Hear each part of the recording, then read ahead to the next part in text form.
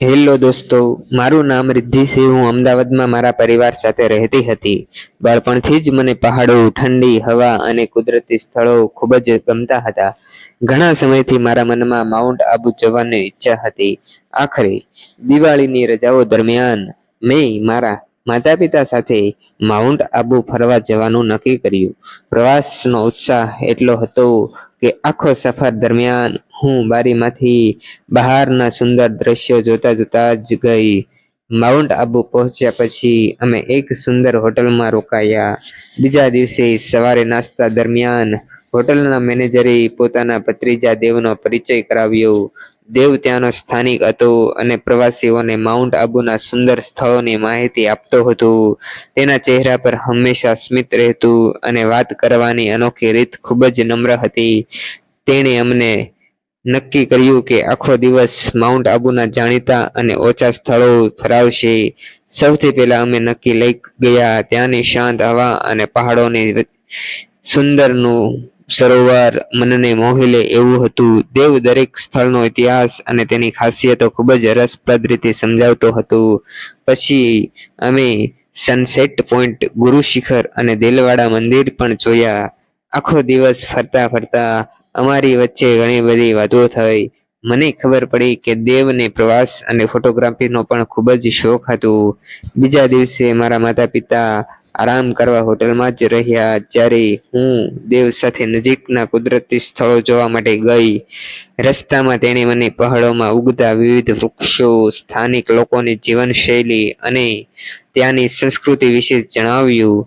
તેની વાતોમાં પોતાના વિસ્તાર પ્રત્યેનો પ્રેમ સ્પષ્ટ દેખાતું હતું. મને તેનો સરળ સ્વભાવ અને દરેક વ્યક્તિ પ્રત્યેનો આદર ખૂબ જ ગમ્યો. પ્રવાસના છેલ્લા દિવસે અમે ફરી એકવાર સનસેટ પોઈન્ટ ગયા. સૂર્ય ધીમે ધીમે પહાડોની પાછળ અસ્ત થઈ રહ્યો હતો. આખું આકાશ કેસરી અને ગુલાબી રંગોથી રંગાઈ ગયું હતું. એ સુંદર ક્ષણમાં અમે જીવનના સપનાઓ વિશે વાતો કરી. મેં જણાવ્યું કે મને આગળ અભ્યાસ કરીને પોતાનું સ્ટાર્ટઅપ શરૂ કરવું છે.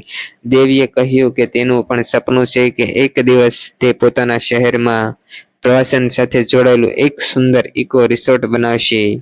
પ્રવાસ પૂરો કરીને હું અમદાવાદ પરત આવી ગઈ, પરંતુ માઉન્ટ આબુની યાદો સાથે દેવ પણ મારા મનમાં રહી ગયો.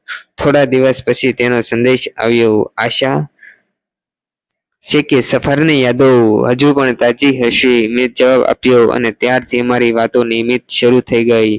અમે રોજ થોડો સમય કાઢીને એકબીજાના દિવસ વિશે વાતો કરતા હતા, ફોટા શેર કરતા અને ભવિષ્યના સપનાઓ વિશે ચર્ચા કરતા. કેટલાક મહિના પછી હું ફરી મારા પરિવાર સાથે માઉન્ટ આબુ ગઈ.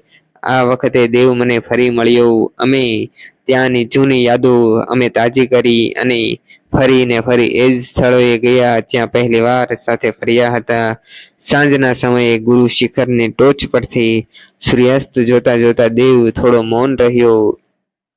પછી તેણે ધીમેથી કહ્યું, રિદ્ધિ, જ્યારે તું પહેલી વાર અહીં આવી હતી ત્યારે મને લાગ્યું નહોતું કે એક દિવસ તું મારા જીવનનો સૌથી મહત્વનો ભાગ બની જશે.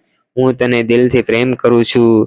જો તને યોગ્ય લાગે તો હું જીવનભર તારો સાથ આપવા માંગુ છું. મારા ચહેરા પર સ્મિત આવી ગયું. મેં કહ્યું, દેવ, મને પણ ખબર નહોતી કે એક સામાન્ય પ્રવાસ મારા જીવનનો સૌથી સુંદર યાદ બની જશે. તારી સાદગી, તારો સ્વભાવ અને તારા સપનાઓ પ્રત્યેનો વિશ્વાસ મને ખૂબ ગમે છે. હું પણ તારી સાથે જીવનની સફર આગળ વધારવા માટે તૈયાર છું. અમારા પરિવારો મળ્યા. બંને પરિવારોએ અમારી સમજણ, અમારી પરસ્પર સન્માન અને વિશ્વાસ ગમ્યા.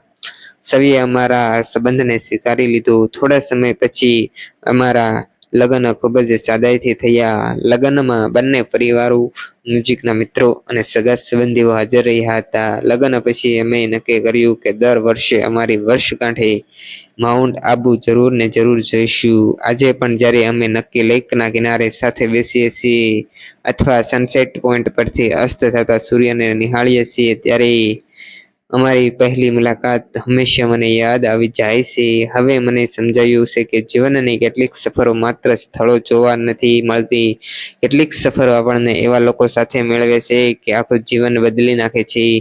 મારી અને દેવની પ્રેમ કથા એ જ શીખ આપે છે કે સાચો પ્રેમ ઘણીવાર એક સામાન્ય મુલાકાતથી પણ શરૂ થાય છે અને વિશ્વાસથી વિકસે છે અને આખી જિંદગી માટે બે દિલોને એક સુંદરમાં સંબંધ બાંધી દેશે.